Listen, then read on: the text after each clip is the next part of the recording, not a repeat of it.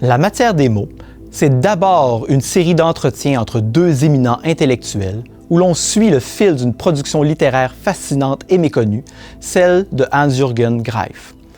Mais c'est au final bien plus que ça. Au fil de la lecture, on se laisse emporter par la richesse de la discussion entre les deux hommes, qui nous rappelle sans cesse que la littérature, c'est aussi une façon de donner sens au monde qui nous entoure, pour celui qui écrit comme pour ceux qui lisent. En marge de l'œuvre de Greif, on retrouve une série de réflexions sur la littérature et le travail d'écrivain, sur le rapport parfois complexe qu'on peut avoir avec le passé, l'héritage familial, l'identité, sur la nature humaine, la souffrance et le sens ou non de l'existence.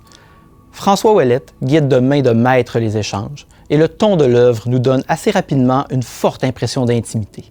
On ne reste pas témoin, on se sent partie prenante des discussions, qu'on ait lu ou non les titres mentionnés. Te définirais-tu toi-même comme athée? Je n'accepte pas qu'on me prenne en charge sous prétexte que tout être humain adulte a besoin d'être guidé dans sa vie spirituelle et dans son quotidien. Comment croire en un Dieu que les Juifs vénèrent depuis 3000 ans, dont ils disent qu'il a créé le monde et qu'il a fait naître l'homme à son image?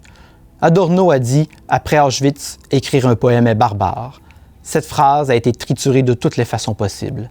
Par les œuvres de poètes et d'écrivains juifs, l'histoire a prouvé le contraire. Je refuse de croire en un Dieu qui a puni cruellement son peuple et bien d'autres en même temps. Faire périr 6 millions d'êtres humains est dément et abject.